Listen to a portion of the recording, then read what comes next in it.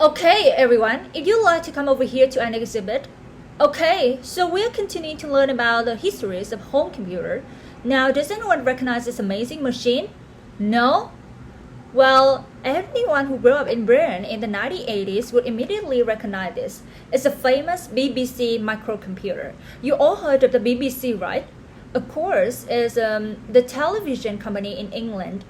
Right, the British Broadcasting Corporation, or BBC, is a British national state-run television and radio network. So why did a TV station make a computer? That's really interesting story. It starts in the early 1980s. BBC television showed a program called The Mighty Micro, in which a professor, his name was Dr. Christopher Evans, he predicted the importance of the microcomputer, what we today just call the computer or the personal computer.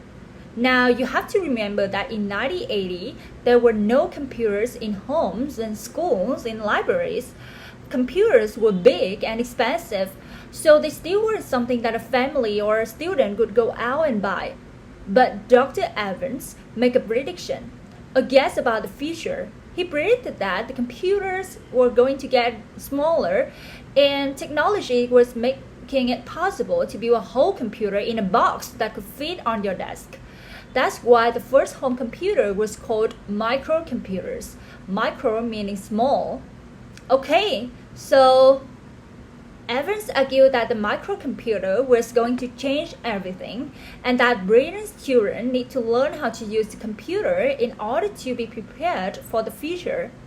Now, it just so happened that a lot of important people watched the program, and Evans' prediction caught the attention of many people in Britain.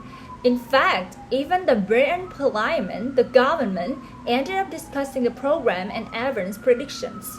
So the BBC decided to start a new project to build a computer that's affordable, but that had lots of function: text, graphics, sound, music, programming, even artificial intelligence. The BBC planned to sell its microcomputer to homes and especially schools around the country. So the BBC made the actual computer? No, actually they didn't. The BBC was and still is in the business of making television and radio programs, not computers. So they wanted to find a computer company that could make the computer and put the BBC's name on it. In Cambridge, England, home to the famous Old University, a small company called Acorn heard about the project. It just so happened that Acorn was already making its first computer, but it wasn't quite finished yet. The Acorn employees worked through the night and finished the first computer. It was called Proton. They showed their brand new creation to the BBC and won the contract. It's really an amazing story of a small company beating all the bigger corporations.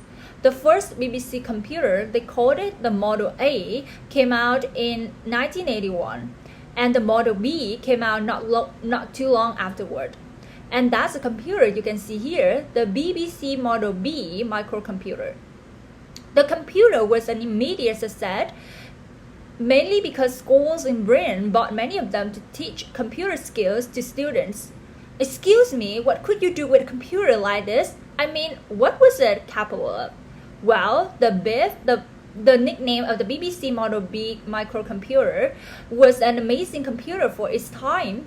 You could write programs, draw pictures in 8 colors, write music. The computer could even speak words in English, and you could play games. Today, you would find them very simple, but they were pretty cool in the early 80s. There were also a lot of educational software programs that taught children English, math, science, and history. Math teachers loved the BBC Buggy, a robot that could control using a BBC computer. And of course, you could use a computer for word processing. It was really new for most kids to type their essays and print them. It was very exciting. Was the BBC computer used in elementary schools? Eventually, yes, but not at first. I have British friends who first used this computer when they were in middle or high school. Things have certainly changed, right? I mean, nowadays some children are using computers even before they go to elementary school. Okay, any more questions before we move on to the next exhibit?